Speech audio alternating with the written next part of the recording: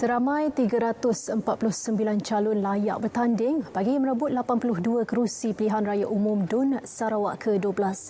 Pengerusi Suruhanjaya Pilihan Raya SPR, Dato' Abdul Ghani Saleh berkata, daripada jumlah berkenaan, Gabungan Parti Sarawak GPS menampilkan 82 calon, Parti Bumi Kenyalang PBK 73 calon dan Parti Sarawak Baru PSB 70 calon.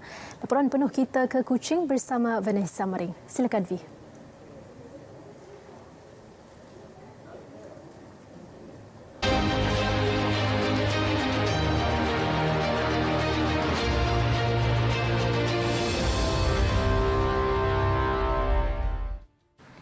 Salam sejahtera dan salam hormat. Seramai 349 calon layak bertanding bagi merebut 82 kerusi Pilihan Raya Umum DUN Sarawak ke-12. Pengerusi Suruhanjaya Pilihan Raya Dato' Abdul Ghani Saleh berkata, daripada jumlah berkenaan, calon parti tertinggi adalah Gabungan Parti Sarawak GPS menampilkan 82 calon, Parti Bumi Kenyalang PBK 73 dan Parti Sarawak Baru PSB 70. Manakala PKR 28, DAP 26, Parti Aspirasi 15, PBDS 11, Parti Sedar 5, Parti Se-Islam Malaysia PAS 1 dan Bebas 30. Bilangan calon yang bertanding mengikut jantina adalah seperti berikut. Lelaki seramai 304 orang, wanita seramai 45 orang. DUN Dudong satu-satu kawasan yang tampil dengan calon paling ramai iaitu 8 orang. Manakala pertembungan 4 penjuru paling banyak melibatkan 33 DUN. 6 penjuru di 7 DUN, 5 penjuru 24 DUN, 3 penjuru 13 DUN dan 1 lawan 1 di 4 DUN. Datuk Seri Wong Sun Koh, calon bawang asal dari PSB, merupakan calon tertua berusia 79 tahun. Manakala 2 calon lagi di DUN Batu Lintang dan Nangka paling muda berusia 24 tahun.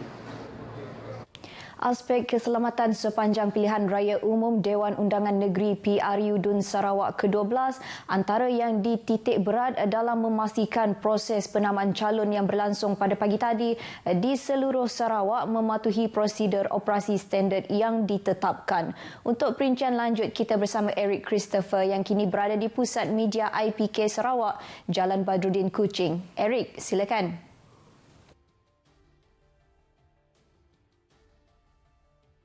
Penamaan calon bagi Pilihan Raya Dewan Undangan Negeri Sarawak ke-12 telah pun berjalan lancar pada pagi tadi. Dan untuk makluman, terdapat lebih daripada 5,000 pegawai dan anggota polis telah pun ditugaskan sepanjang tempoh pilihan raya kali ini. Dan bersama saya ketika ini adalah Ketua Jabatan Siasatan dan Penguatkuasaan Trafik Sarawak, Superintendent Election Naga Cabur. Selamat petang, Tuan. Ya, selamat petang. Baiklah, Tuan. Bagi proses pilihan raya kali ini, ya. Bagaimanakah aspek keselamatan setakat ini? Bagi aspek keselamatan, bagi proses penamaan calon bagi PRN Sarawak yang ke-12, pada pagi tadi sebanyak 82 pusat penamaan calon iaitu di setiap DUN di negeri Sarawak, dan proses tadi telah berjalan dengan lancar dan terkawal. Dan yang menjadi tumpuan pada pagi tadi adalah kehadiran pemimpin-pemimpin parti. Contohnya seperti Datuk Petinggi Tan Sri Abang Abdul Rahman Johari bin Tun Abang Haji Openg, iaitu Presiden Parti PBB yang juga merangkap Ketua Menteri Sarawak yang bertanding di N26 Gedung. Sementara bagi pematuhan SOP, pula didapati bahawa pihak-pihak yang terlibat di dalam proses penamaan calon ini telah mematuhi semua SOP sebagaimana yang telah ditetapkan oleh pihak SPR. Kerana kalau mengikut SOP yang dikeluarkan oleh pihak SPR, kehadiran penyokong dan perarakan untuk mengiringi calon adalah tidak dibenarkan. Maka perkara ini telah dipatuhi sepenuhnya oleh pihak yang terlibat. Okey, Tuan. Bagaimana pula dengan pematuhan ataupun arahan yang perlu dipatuhi oleh pihak parti-parti yang terlibat dan juga para penyokong mereka sepanjang tempoh berkempen ini? Okey, arahan yang telah dikeluarkan oleh pihak SPR seperti tidak boleh berhimpun ataupun tidak boleh mengadakan perarakan telah pun dipatuhi sepenuhnya.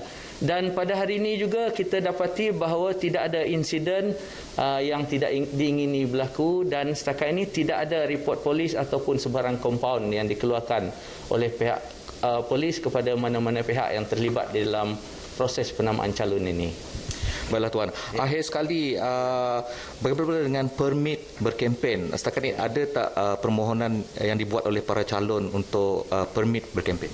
Setakat ini, setakat petang ni kita masih belum lagi menerima permit daripada pihak-pihak yang bertanding. Sebab proses penamaan calon telah pun berlangsung bermula pukul 9 pagi tadi sehingga pukul 10 pagi, iaitu tempoh untuk calon-calon yang ingin bertanding untuk menghantar borang pencalonan mereka. Jadi petang tadi semua ketua polis daerah di Sarawak telah pun memanggil semua calon yang bertanding untuk menerangkan apa perkara yang boleh dan yang tidak boleh dibuat ataupun the do's and the don't. Jadi selepas tadi mereka telah memberi borang-borang untuk mengadakan kempen kepada calon-calon yang bertanding untuk mereka memohon permit daripada pihak polis sebelum mengadakan kempen. Ya. Baik, terima kasih Tuan ya. Ya. Okey. Baiklah, setakat itu saja yang dapat saya laporkan pada petang ini. Semestinya anda harus bersama RTM untuk mendapatkan perkembangan terkini berkaitan PRU DUN Sarawak ke-12. Saya Eric Christopher. #kami milih yang sahih di RTM. Kembali kepada Vanessa. Baik, terima kasih Eric. Sebanyak 5 bilik gerakan ditubuhkan di Sarawak bagi membolehkan orang ramai menyalurkan maklumat serta aduan berkaitan perbuatan rasuah dan salah guna kuasa pada pilihan raya umum Dewan Undangan Negeri PRU DUN Sarawak ke-12. Suruhanjaya Pencegahan Rasuah Malaysia SPRM menerusi kenyataan media memaklumkan kesemua bilik gerakan tersebut beroperasi 24 jam sepanjang tempoh PRU DUN Sarawak. Kelima-lima bilik gerakan berkenaan terletak di Pejabat SPRM Sarawak di Kuching serta Pejabat SPRM Cawangan Sibu, Miri, Bintulu dan Limbang.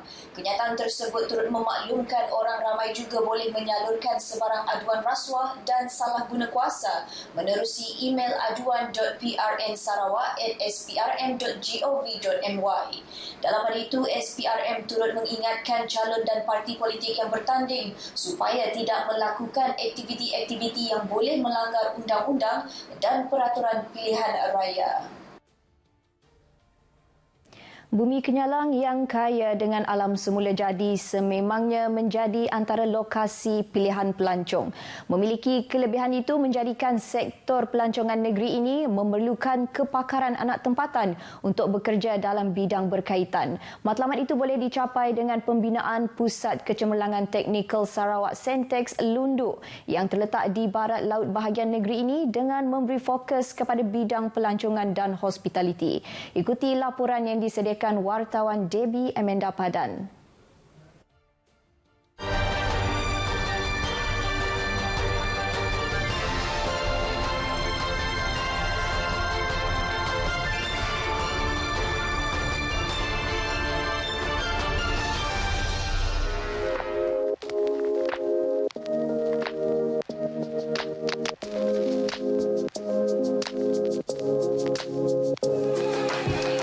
Sentex Lundu dirasmikan oleh Ketua Menteri Sarawak Dato' Petinggi Tan Sri Abang Johari Tun Openg pada 1 Disember lepas dan ia merupakan impian bekas Ketua Menteri Allahyarham Pehin Sri Adnan Satem suatu ketika dahulu.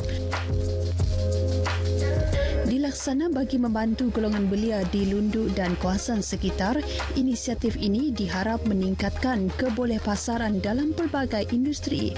Impian Allahyarham Pehin Sri Adnan Satem kini menjadi kenyataan.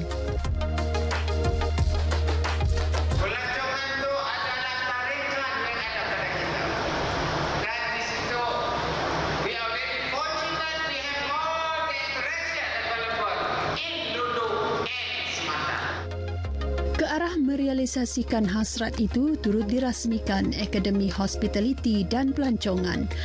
Malah, Centre of Tourism Excellence Lundu atau KOTEL juga ditubuhkan sebagai penghubung dan kolaborasi antara Sentex serta industri pelancongan sekaligus menyokong pembangunan industri tersebut di kawasan Lundu sematan. Sentex Lundu turut menawarkan program pembangunan aplikasi mudah alih Android serta program lanjutan dengan menambah elemen robotik dan program augmented reality Ion XR Educator untuk para pendidik.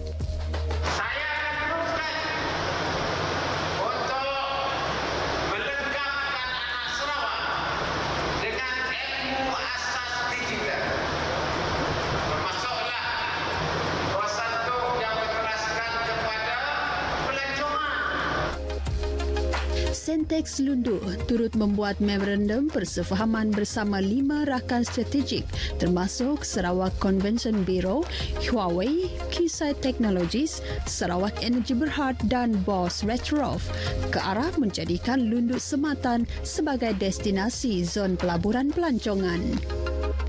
Kita memang mencari industri-industri ataupun syarikat-syarikat yang mempunyai reputasi yang tinggi. So sebab CEO kita selalu guna best in its class. So kita nak sijil-sijil yang ada pada pelatih setelah mereka tamat pengajian di Sentex, diorang boleh bekerja di seluruh dunia. Bernilai 89 juta ringgit, Sentex Lundu ini mampu menampung 800 pelatih selain mempunyai 7 bilik kuliah dan 14 bengkel serta kemudahan infrastruktur asas. Sentex memberi saya peluang belajar. Saya ada belajar banyak macam pendawaian, elektrik. Pengajar kami pun ada banyak pengalaman dan banyaklah saya belajar dari dia. Ia memudahkan kami orang Lundu tu untuk belajar tentang pendawaian dan memudahkan kami orang untuk mencari peluang pekerjaan yang berada jauh daripada kawasan bandar. Sentex Lundu yang mula bertapak di bangunan kerajaan sejak tahun 2015 telah melahirkan seramai 629 pelatih dalam pelbagai bidang. Kemahiran teknikal sememangnya mempunyai potensi besar serta dilihat dapat membuka peluang yang luas kepada para belia. Malah pembinaan pusat Sentex ini juga dilihat mampu membawa pembangunan dan kemajuan di daerah Lundu ini pada masa akan datang. Debbie Amanda Padan, Berita RTM. Baik, sekian perkembangan berita dari Sarawak. Patuhi prosedur operasi standard sepanjang pilihan raya umum Dewan Undangan Negeri Sarawak ke-12 ini. #KamiMilih yang sahih di Berita RTM.